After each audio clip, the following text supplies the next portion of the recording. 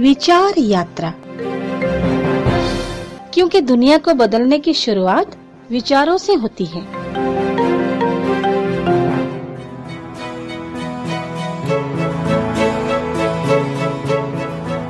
श्रोताओं नमस्कार।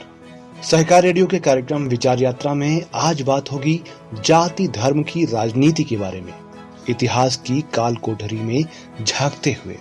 मैं हूं आपका दोस्त पवन। श्रोताओं, समाज को जातियों, नस्लों, धर्मों और ऐसे ही कई खांचों में बांटने की और फूट डालो राज करो की नीति कोई नई बात नहीं है।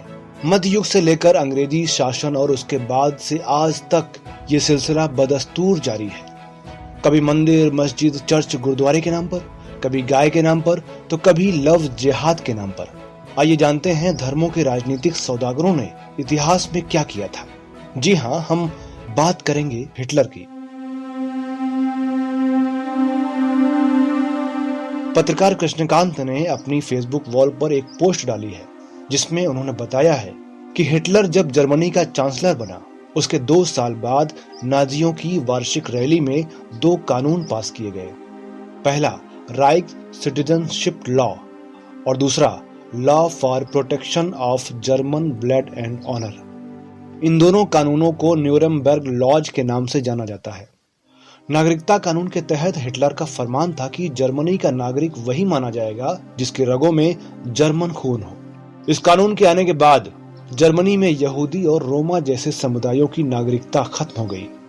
दूसरे कानून के तहत ये कहा गया कि जर्मन नागरिकों और यहूदियों के बीच शादियां नहीं हो सकती।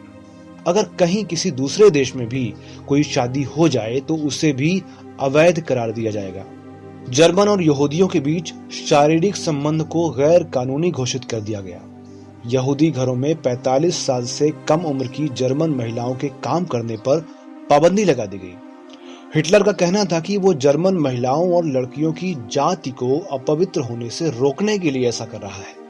वो ये सब जर्मन रक्त शुद्धता और जर्मन सम्मान की सुरक्षा के लिए कर रहा था। हिटलर ने बहुत कुछ किया।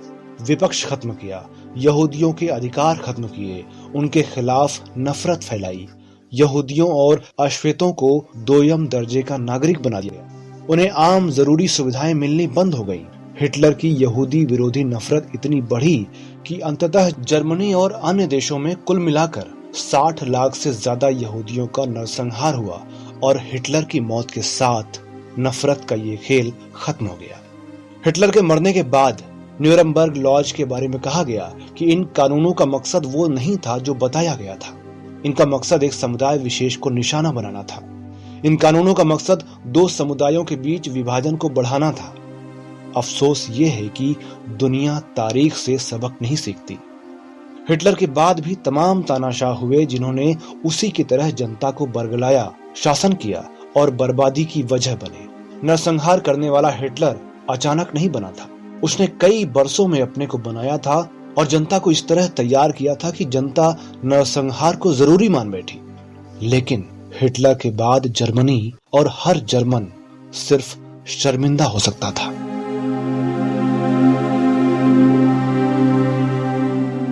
तो श्रोताओं, ये थी पत्रकार कृष्णकांत की फेसबुक पोस्ट। आशा है कार्यक्रम आपको पसंद आया होगा। इसे लाइक व शेयर करें।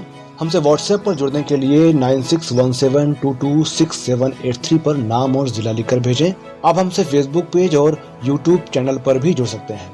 अधिक जानकारी के लिए हमारी वेबसाइट www.सहकाररेडियो.com देखें।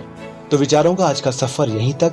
कल फिर मिलेंगे। तब तक के लिए दीजिए इजाजत मुझे यानी पवन को। नमस्कार।